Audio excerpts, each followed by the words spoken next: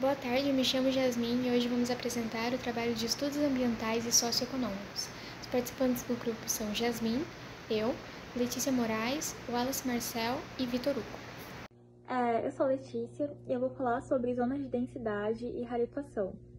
Bom, no livro O Brasil, de Milton Santos, ele dá esses dois conceitos e ele explica que as zonas de densidade é onde tem maior quantidade de pessoas concentradas, ou seja, no Brasil, né, na região sudeste e sul é onde ocorre isso, mas é esperado por conta de que existem duas grandes metrópoles, que é São Paulo e Rio de Janeiro, então são locais mais povoados. E só que junto disso vem vários outros fatores, que é a poluição, ao mesmo tempo maiores taxas de emprego, né, melhores condições de emprego, mas também é uma superlotação, né? É uma cidade lenta por conta do congestionamento e, enfim. Já as zonas de rarefação é onde tem menos concentração de pessoas, que é no caso do centro-oeste, na região amazônica e tudo mais. Então, assim, tem vários prós e contras das duas regiões. As zonas de densidade, hoje em dia, se assemelha principalmente com São Paulo, Tóquio, Nova York, que estão relacionadas exatamente à questão de congestionamento, de superlotação, mas ao mesmo tempo são cidades que elas recebem um olhar mais estruturado do que lugares que são mais afastados do centro, sabe? Ou seja, em questão política, reformas e coisas desse tipo, elas têm mais atenção. Sim, isso se relaciona principalmente a serviços mais especializados, né? Em questão a manutenção, tem mais comércio, normalmente atrai mais serviços, são cidades mais atrativas para as pessoas, né? Tipo assim, a gente escuta muito as pessoas falando que vão para São Paulo, por exemplo, em busca de uma vida melhor, né? Porque é o que prometem. Mas, enfim, agora fazendo um paralelo com a atualidade, né? Existem muitas coisas que ainda permanecem desse jeito, embora o livro de Milton Santos seja um livro antigo, não mudou muitas coisas. E eu vou citar algumas coisas que é possível notar hoje em dia. O Sudeste e o Sul continuam sendo o centro tecnológico e de comércio em relação a transições e tudo mais, desde aquela época até nos dias de hoje. E a região amazônica, embora ela seja essencial para recursos naturais e também de turismo, ela ainda é marcada com a dispersão populacional, ou seja, uma população muito afastada, sabe? E ainda tem muitos desafios em relação à infraestrutura. Já o Nordeste e o Centro-Oeste, embora, apesar dos avanços que a gente teve em relação a alguns anos atrás, a gente ainda não alcançou o mesmo grau de concentração e desenvolvimento tecnológico que o Sudeste, por exemplo, né? Quando a gente fala sobre espaços luminosos, a gente está falando sobre espaços que são integrados aos fluxos globais do planeta, né? Onde se encontram sedes de grandes empresas, grandes investimentos de infraestrutura e tecnologia no nosso país. São metrópoles, por exemplo, como São Paulo, Campinas, que é um polo de inovação, né?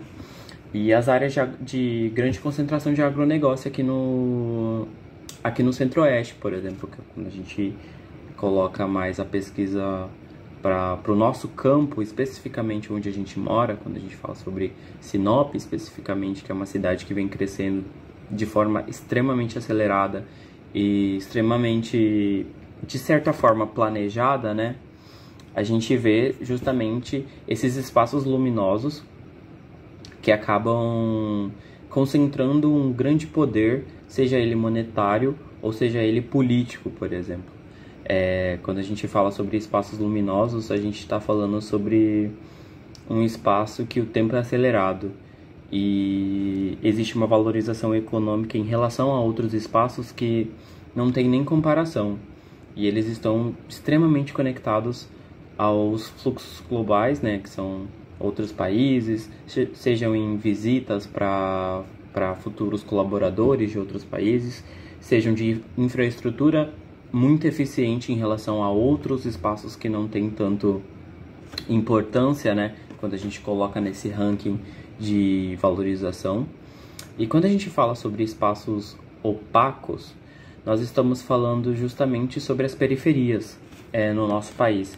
Estamos falando sobre o interior do Nordeste, por exemplo, que na pesquisa do IBGE de 2023 fala sobre que 30% da população não consegue utilizar banda larga, por exemplo.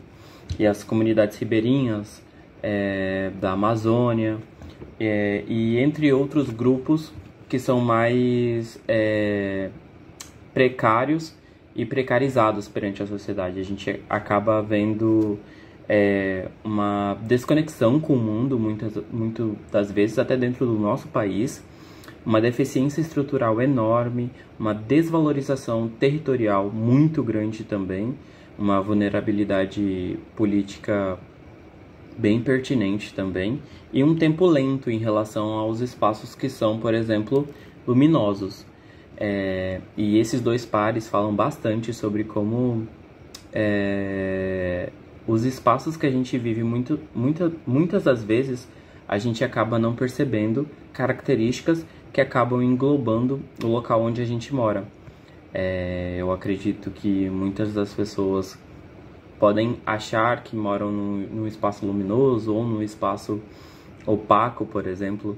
Eu, particularmente, por ser morador de uma zona rural, eu consigo falar muito isso quando a gente compara a infraestrutura de Cuiabá, que é uma metrópole, de certa forma, dentro da nossa área aqui de Mato Grosso, que é a nossa capital, a infraestrutura em relação aos outros bairros é bem precária. Mas quando a gente entra até mesmo em espaços luminosos, a gente consegue descobrir e perceber que existem espaços opacos dentro dos luminosos. Quando a gente compara bairros de Cuiabá, em comparação a outros bairros que a população que mora nesses bairros são, de certa forma, mais rica, né?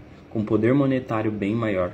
Quando a gente vê a questão de infraestrutura, seja ela viária, seja ela de hospitalar, por exemplo, quando a gente compara as grandes segregações que existem, por exemplo, dos condomínios de alto luxo em relação à cidade, né?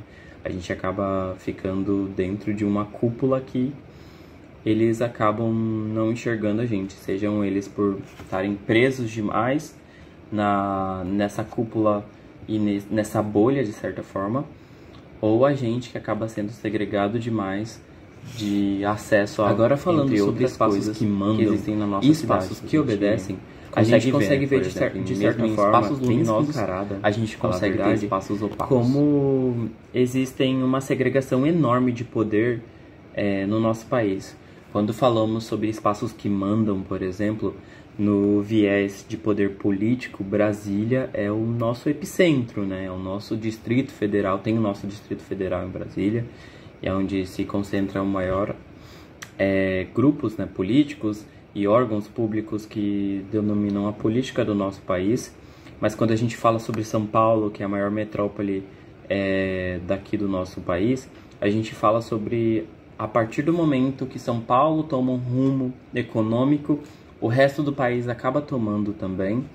Mas quando a gente olha para espaços que obedecem, nós olhamos para espaços que fornecem a matéria bruta e a matéria-prima, de certa forma, para outros espaços que mandam, mas acabam não usufruindo disso. Como a gente vê, por exemplo, no Pará, que eles acabam exportando o minério bruto, né? Ou, por exemplo, aqui em Mato Grosso, no Centro-Oeste no geral, quando a gente é um dos maiores exportadores de soja no mundo. Mas quando nós vamos olhar para o nosso país, nós vemos, de acordo com uma pesquisa da rede Pensan em 2023, que mais de 15 milhões de brasileiros estão passando fome, enquanto nós batemos recordes de exportações, sejam de soja, seja de carne de gado, seja de outras formas de comida, né? E a gente acaba vendo como o Milton Santos mostra pra gente esses espaços que acabam mandando e outros espaços que acabam obedecendo. E no dia a dia, a gente acaba nem se ligando, seja de uma certa forma que o jornal nos mostra, no sentido de como a gente está sempre acostumado a ver notícias super importantes relacionadas a São Paulo, relacionadas ao Rio de Janeiro ou a Brasília, sabe?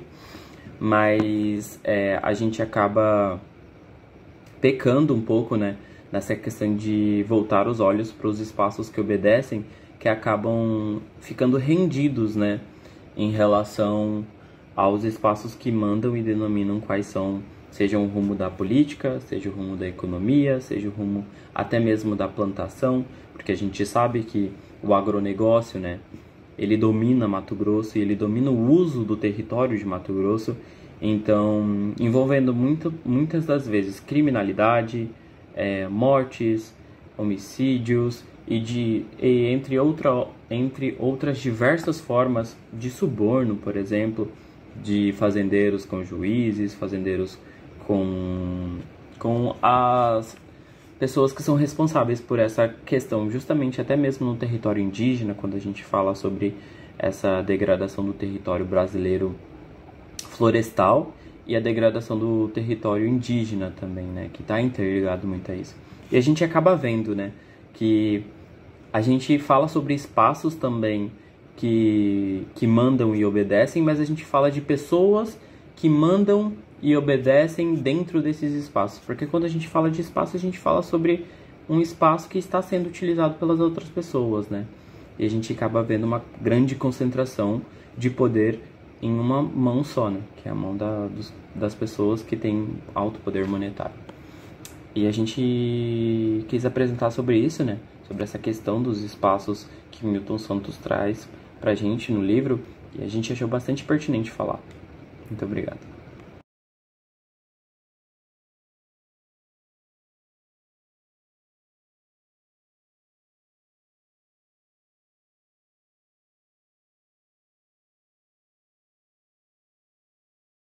Milton Santos.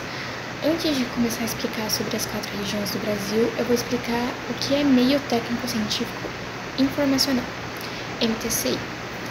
E o MTCI foi o principal conceito na obra de Milton Santos para entender como a tecnologia, ciência e informação remodelam o espaço geográfico na área da globalização. Ele leva além da noção clássica do meio natural ou meio técnico. Ele incorpora a revolução digital dos fluxos intangíveis como fatores centrais da organização territorial. O MTCI tem 3 características básicas, que são infraestrutura técnicas, sistemas de informação, conhecimento científico. Mas, basicamente, o MTCI é a materialização do poder na globalização, onde quem controla a tecnologia informacional dita as regras do espaço. Milton Santos mostra que a periferia não é excluída, mas integrada de forma subordinada a essa lógica. Voltando para as 4 Brasis, temos primeiro a região centrada, que é o Sudeste mais o Sul. Na região Sudeste, os estados participantes são São Paulo, Rio de Janeiro, Minas Gerais e Espírito Santo. E do Sul, temos Paraná, Santa Catarina e Rio Grande do Sul. Os principais dados que eu consegui achar sobre a atualidade dos 4 Brasis de hoje em dia são que o PIB nacional da região é de 69,5%, e essa região também tem 85% de startups, e SP sozinho tem 31,6% do PIB brasileiro, né? As características principais dessa região são o centro financeiro, industrial e tecnológico, e temos também a infraestrutura densa, portos, aeroportos e rodovias. Já partindo para a segunda região, que é o Nordeste, temos Maranhão, Piauí, Ceará, Rio Grande do Norte, Paraíba, Pernambuco, Alagoas, Sergipe e Bahia. Sua participação do PIB é de 14%, temos o IDH mais baixo do país, que é em Alagoas, 0,631, e temos os polos dinâmicos de Pernambuco também, que é 0,719. Suas principais características são o contraste entre o litoral desenvolvido e o interior semiárido, e também é a região que mais tem dependência de programas sociais.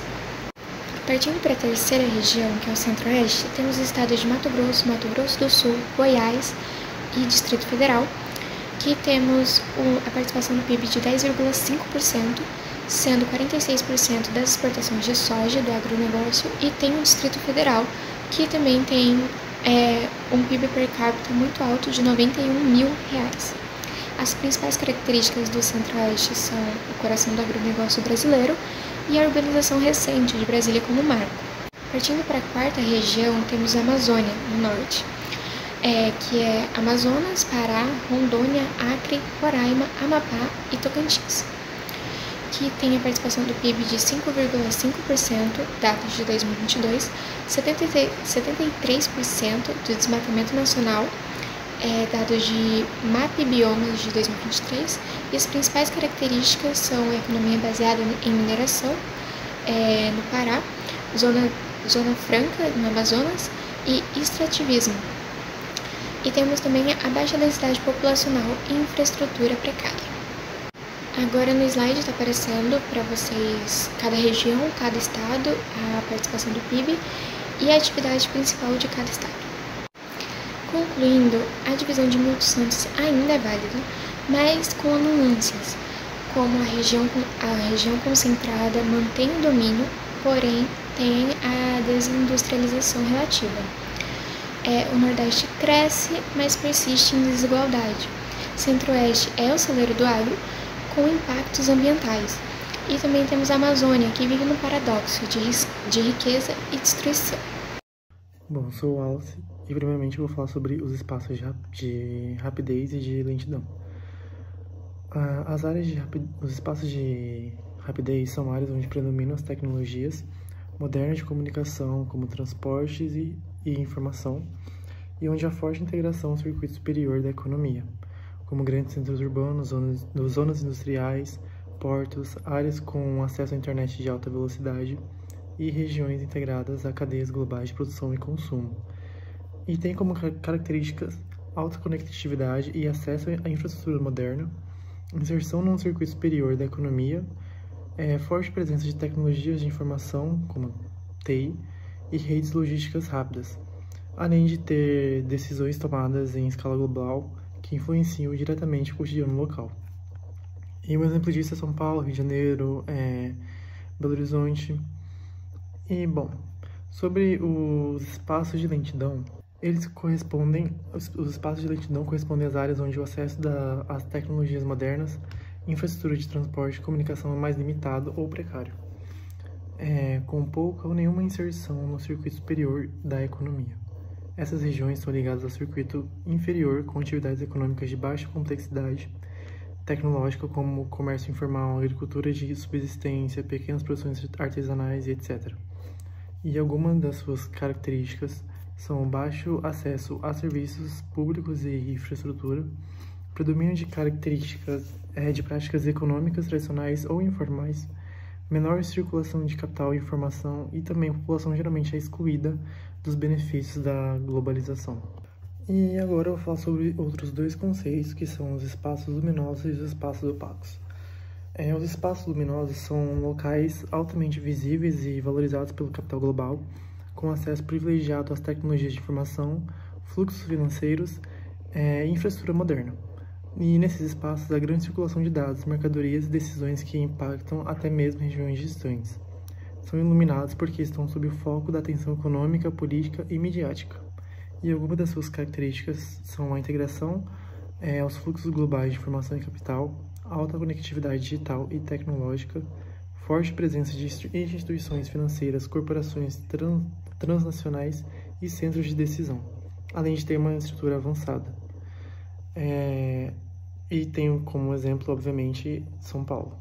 Já os espaços opacos são os locais pouco ou nada integrados aos fluxos globais, com acesso limitado à tecnologia e à informação. São opacos porque não interessam diretamente ao capital global, permanecendo invisíveis e negligenciados pelas redes de poder e comunicação. Isso não significa que eles sejam inativos, mas eles operam fora do radar dos grandes agentes econômicos. e algumas de suas características são a baixa ou nenhuma visibilidade no sistema global, pouco acesso à internet, redes de informação e infraestrutura moderna, tem um predomínio de atividades mais locais, informais e de subsistência, e tem uma fragilidade institucional e exclusão de grandes projetos de desenvolvimento. E exemplo desses espaços opacos são zonas rurais isoladas, favelas ou territórios indígenas marginalizados.